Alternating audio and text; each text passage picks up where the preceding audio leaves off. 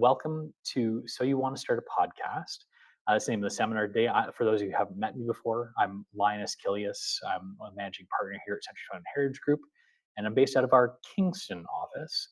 Um, just to give you a little bit of background on me, I've run 4 different podcasts over the past decade or so, and I've learned a lot over that time. But what I did when I first started my first podcast is a lot different than what I've done with the more recent ones.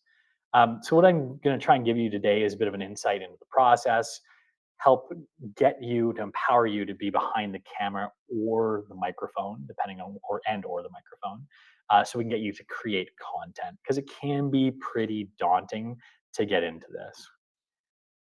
So first, it's really important to think about why you want to start podcasting. I've talked to way too many agents about this before, and they try and get into it for the wrong reasons. They don't really know why they're doing it. They just know that they have to do some video content. And I'm saying podcasting in a very broad sense because this isn't necessarily just about podcasting. It's also about creating video content. So the first thing you want to think about, okay, why am I doing this? How does this align with my business goals? What do I want to get out of this, right? Is this going to be a giant waste of time, or can I actually get value out of it at the end of the day? A lot of times, busy realtors, you may not even have the time to spend on this. These are all things you need to think of. People always start with these huge, big dreams of what they want to do, but what they don't really question is the why as much as they should. So I want to make sure that in all this process, you think about the why a little bit. So coming here today is a great first step in that, right? So just to think a little bit about this, let's talk about what you can get out of podcasting, because it's good to understand what the potential or deliverables, if you want to call it that, are when it comes to something like podcasting, creating content like this. And then we can take a look to see why we or you may want to get this out of the situation and assess whether or not it's worth the effort. So this is part of like a business plan, right? Like you need to think it through and decide whether or not you have the time and the money for it.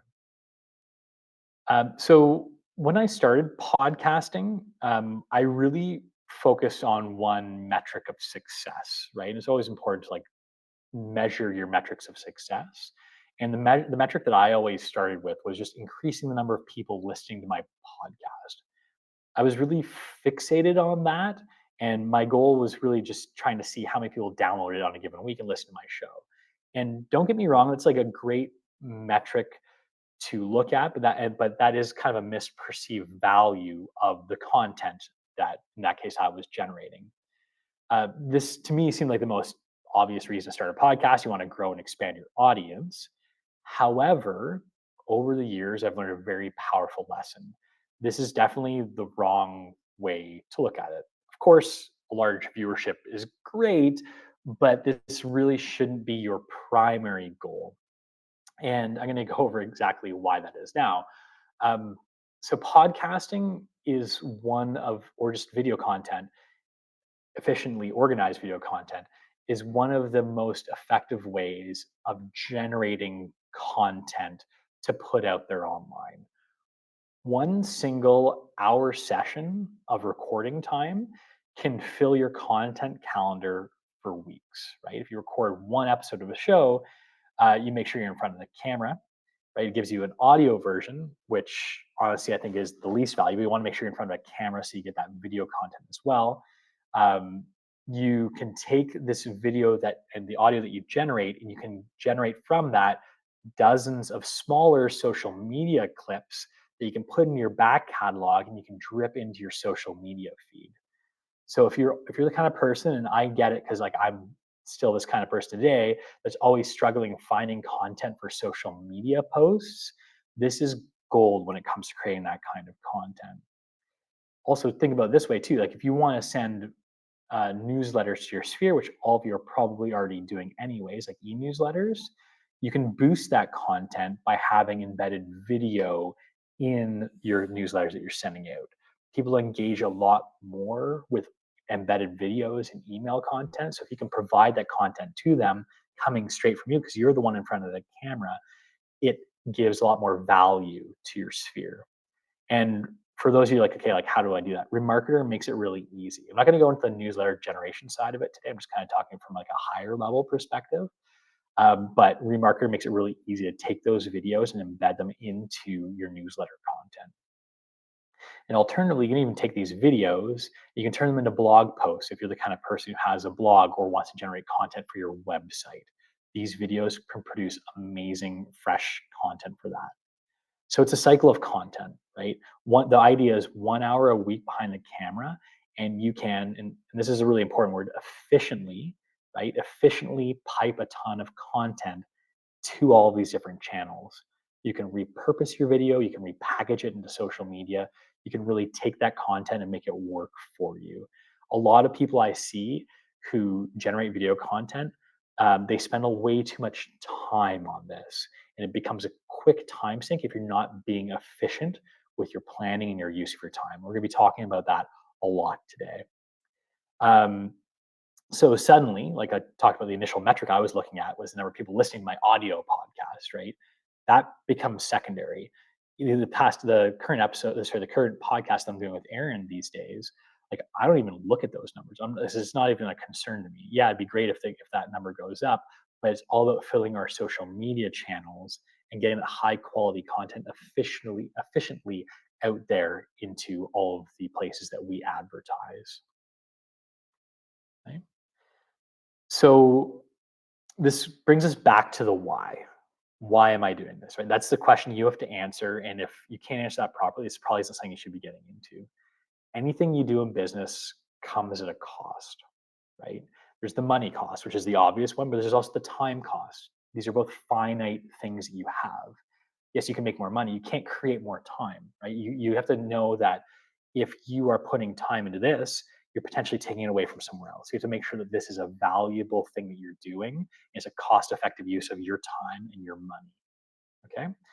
So answering this question for each person who's watching the seminar is a little beyond the scope of this presentation because that's a really unique answer to you. If you do want to chat about it, I'm happy to talk to you about it. You can give me a call. We can discuss your business plan for this because this does come into your business planning, right? I just want to make sure that you know that when you're getting into something like this, that it's 100% like what you need to do, right? And that is more the scope of this presentation. So I'm going to go over in this presentation the spectrum of how much or how little can cost, how to actually go about implementing something like this, and how much time, effort, and how you can actually deliver that content, so that you can create video content no matter where you land on that like comfortable technology spectrum. Okay. So the step one of any of this, if you've decided, okay, I do want to go ahead and I want to start a podcast or create some video content, first step is you want to plan it out. Okay, that's always the place you want to start with. I'm a planner, right? You need to think about it. Don't just knee jerk into this. It's good idea when you're starting to have a rough idea of what content you want to produce before shoving it out the door, right? I'm going to tell you right now, though, your podcast is going to evolve. So don't stress too much over the details. You got to be careful if you're an over planner, right? Sometimes you just need to rip off that band-aid and start doing it. Hit that record button, start getting behind the camera and creating the content. But it's good to think about it a little bit again, but just don't be an over planner, please. So, as an exercise, though, I want you to answer a few simple questions about your podcast, and I've put them up here. Who is your target audience? Is the big one. Your target audience is going to dictate what kind of content you're gonna be putting out there.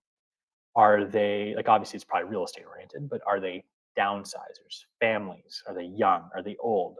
They have other interests. Are they sports enthusiasts? Right? What content does your ideal person, your ideal client, what do they want to consume? Right? You got to think about who your ideal client is and how you're trying to target them. I've got a group here at the Kingston office. They actually have a podcast called Pucks, Putts, and Properties. Suggest check it out. They've been doing, I think they're on like episode 10 or 11 right now. They started it last year. And Pucks, Putts, and Properties is about hockey, golf, and real estate, right? It doesn't have to be just about real estate.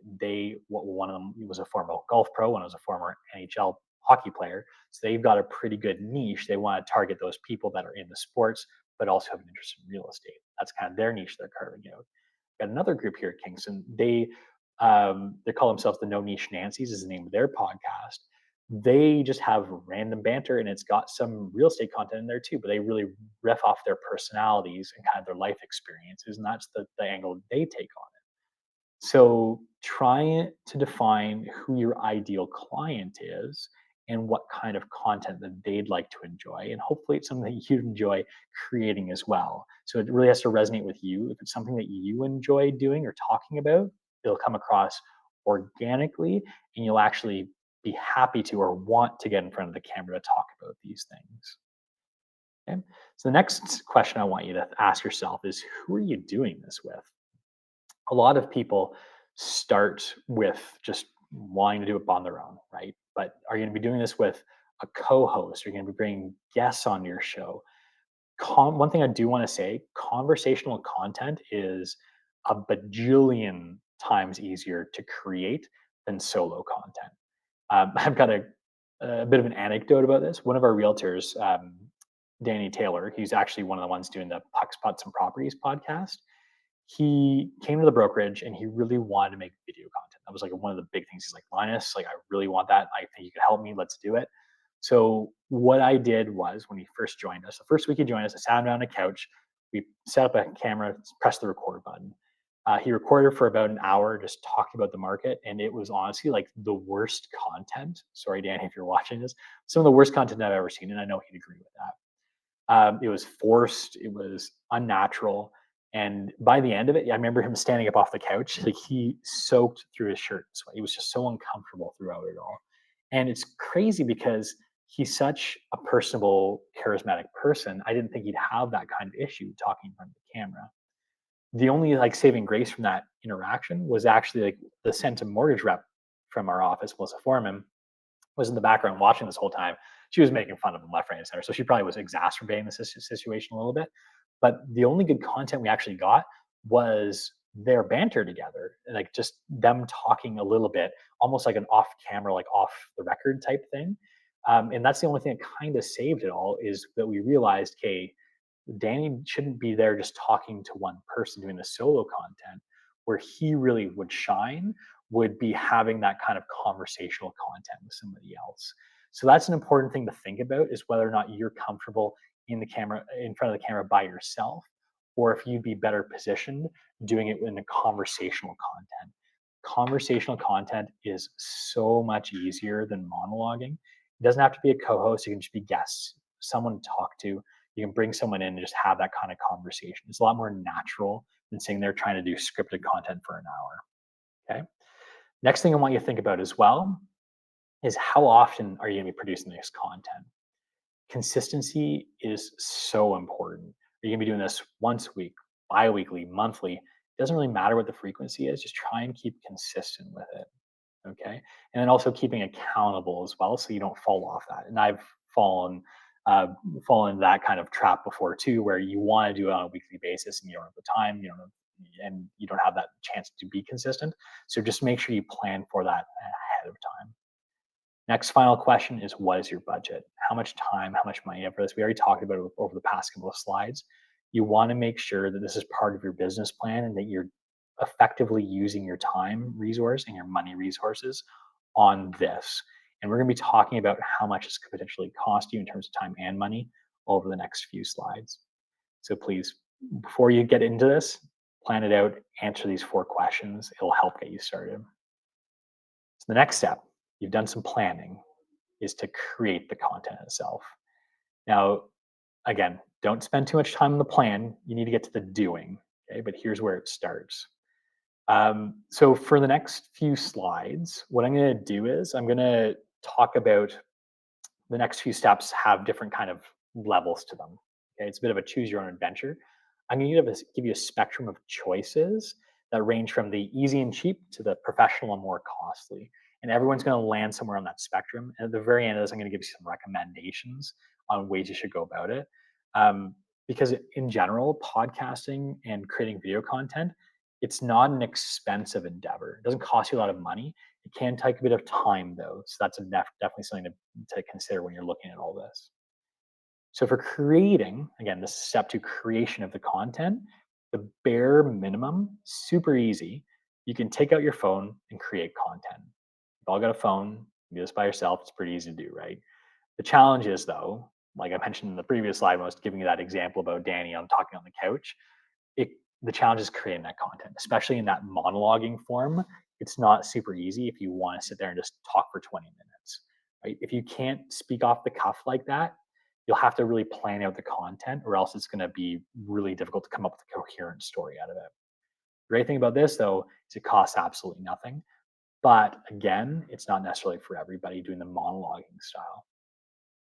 If you want to put a little bit more budget into it, or you want to talk to people and have a more conversational style podcast, the next thing you can do is you can actually use Zoom or a similar platform, and you can record off of there. Century 21 actually gives you access to the upgraded Google Meet, so that's free. If you want to do it over Zoom, you want to record, there's typically a charge for it, especially if you don't have time limits. But we do have Google Meet for free, and it's very similar to Zoom. In a lot of ways, it's better than Zoom as well. So you can record your conversations, and you can use that for your content.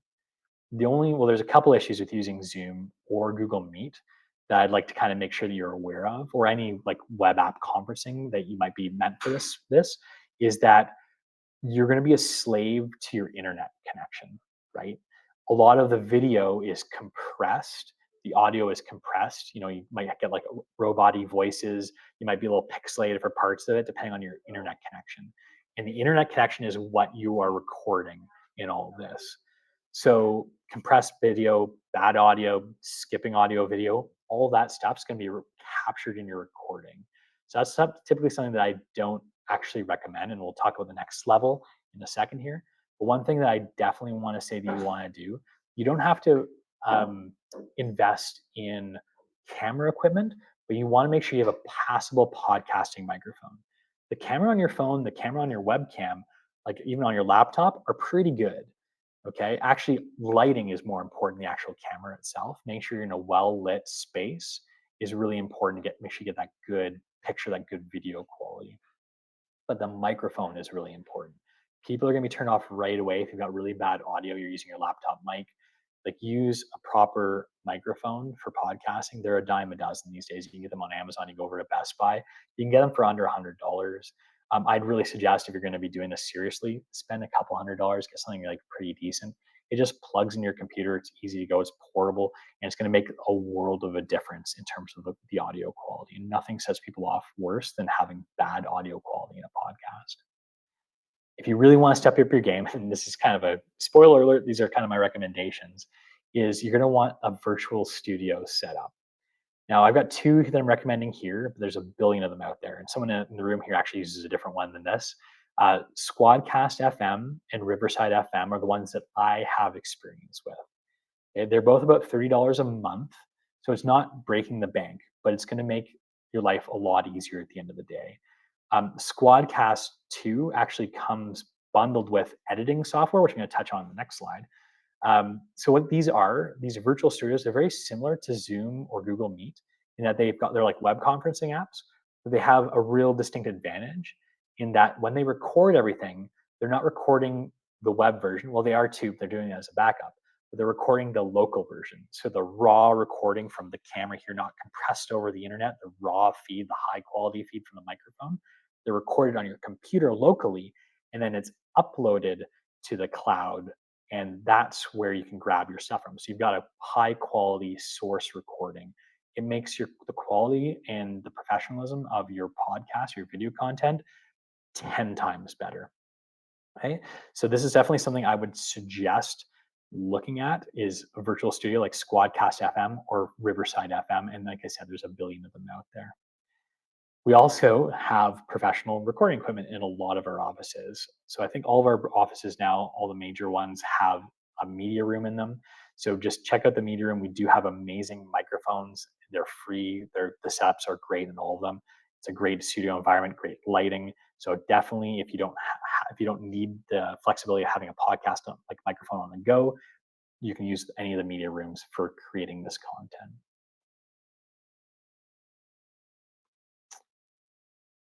All right, step 3. Whoops. No, here, jumping ahead here.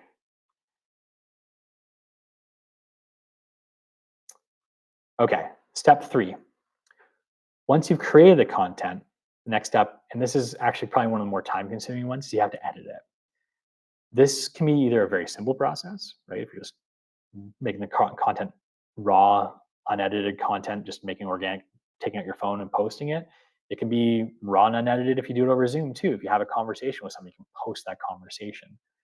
However, if you want to get the real advantage of these, like the social clips, you want to clean up the podcast. If you need to take out certain sections, you're like, oh, I really didn't like that part of the middle. You need to clean it up for time and make it flow a lot better. You're going to have to invest in some sort of editing process. I'm going to talk to you about the tech here. You can outsource this. Outsourcing editing can be expensive. So a lot of people are just getting into it. They're going to start doing it themselves until you realize how much time and effort it takes. Then you may examine the outsourcing route. If you want to do the cheap and easy route, though, if you've got a MacBook, and I know a lot of realtors do, iMovie is free with Macs. There's also online software which do have desktop versions called CapCut. It's about $8 a month. It's amazing for doing like basic video editing, nice and cheap and easy. You want to get something a little bit more professional and actually can save you a lot of time too. One thing I want to point you in the direction of is Descript. It's what I actually use. It comes bundled with Squadcast, which I mentioned in the last slide. So it's $30 a month, but it does come bundled with Squadcast. You get your virtual studio and you get the editing software combined together. So I'm going to talk about Descript a little bit more in the next couple of slides because I think it's a really important, powerful tool because it leverages AI as well as some other neat things to make the editing process a lot easier and a lot smoother. If you do want to outsource, though, if you're a busy agent, you just don't have the time, but you have the money to spend, you can outsource the editing. And I want to stress too, if you do have the money to put into this, but you don't have the time, this is a good use of your funds, right? Outsourced editing can cost anywhere from $50 to $400 per episode, I'll say, per like hour or so. It really depends on who and what and how high level of quality and how intense the editing is that you're looking to do. So Descript is the editing software that I use for creating podcasts. One of the really cool things is first off, Squadcast and Descript, they link together. So if you do a recording in Squadcast, you can send it to Descript without having to like upload anything. It's a seamless link. And once it's uploaded to Descript, you can edit it.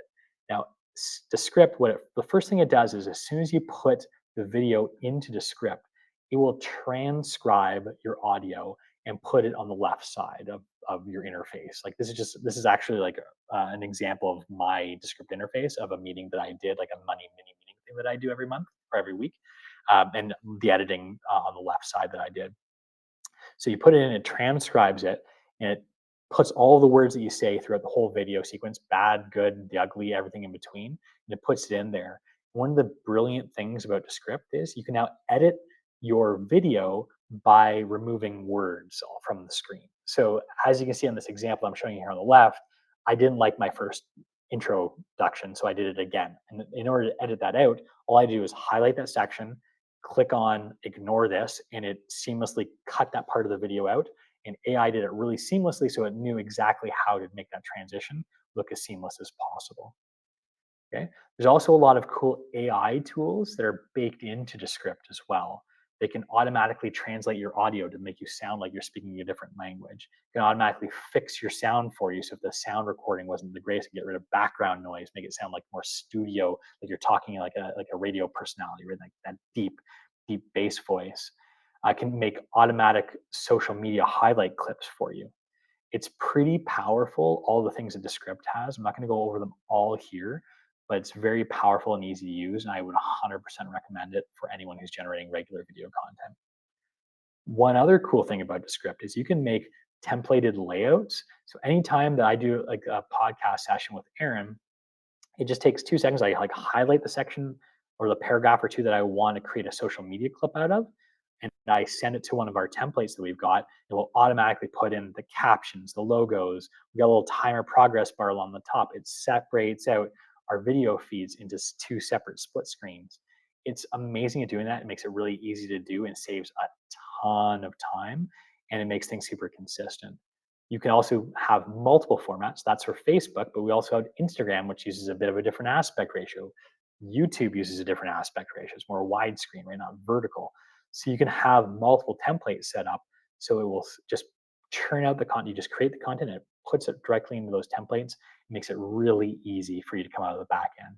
So again, Descript and Squadcast are two tools that I would 100% suggest if you're looking to getting into video content creation to work on that. The next step, you've created the content, you've edited it.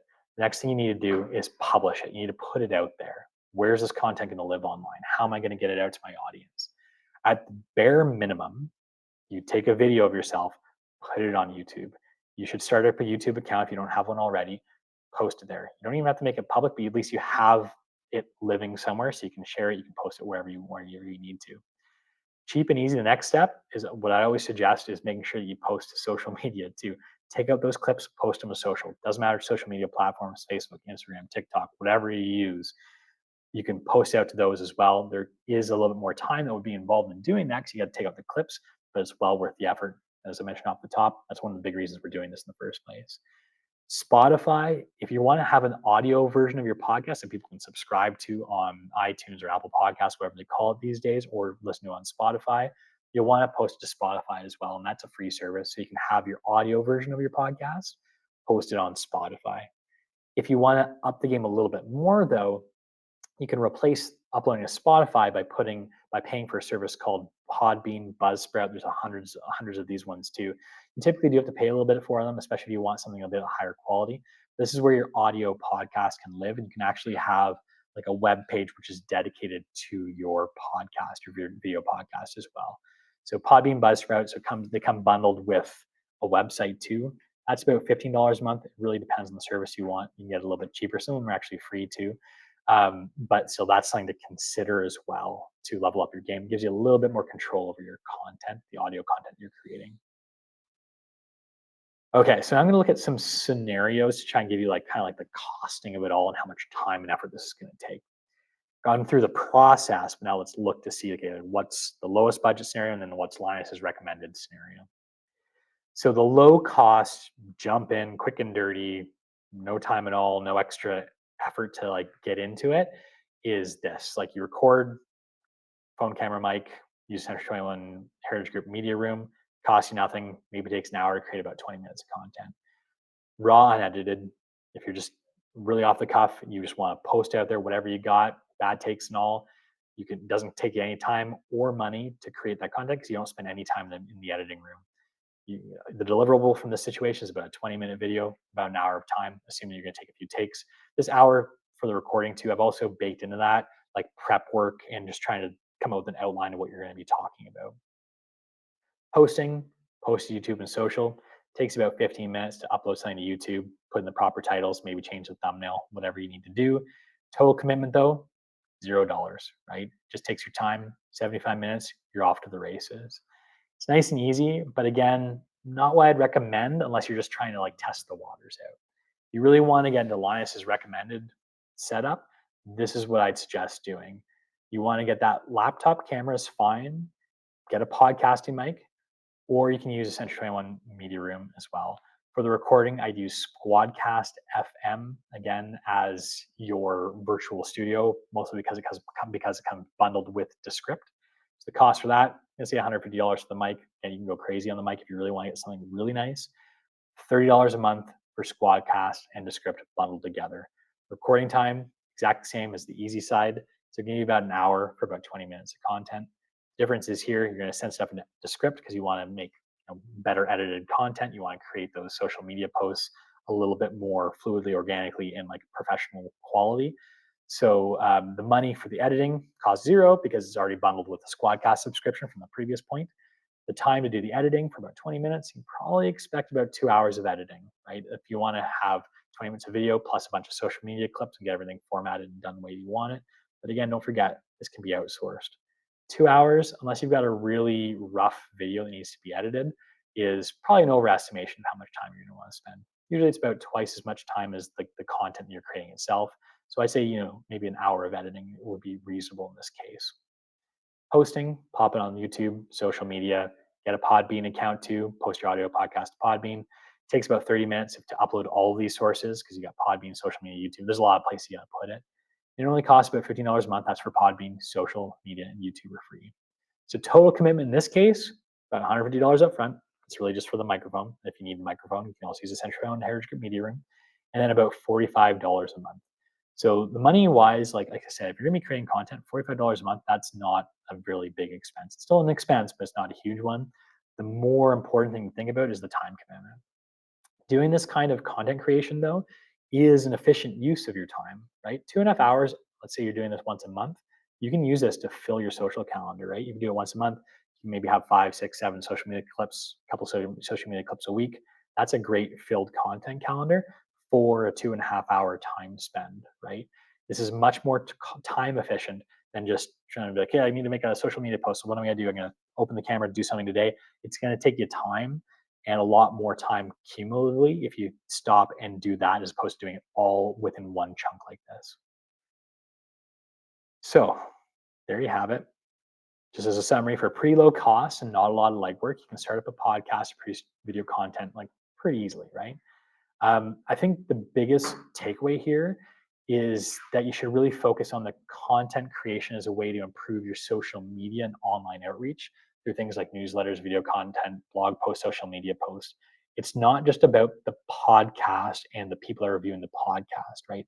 It's an effective machine for creating effective content for those posts.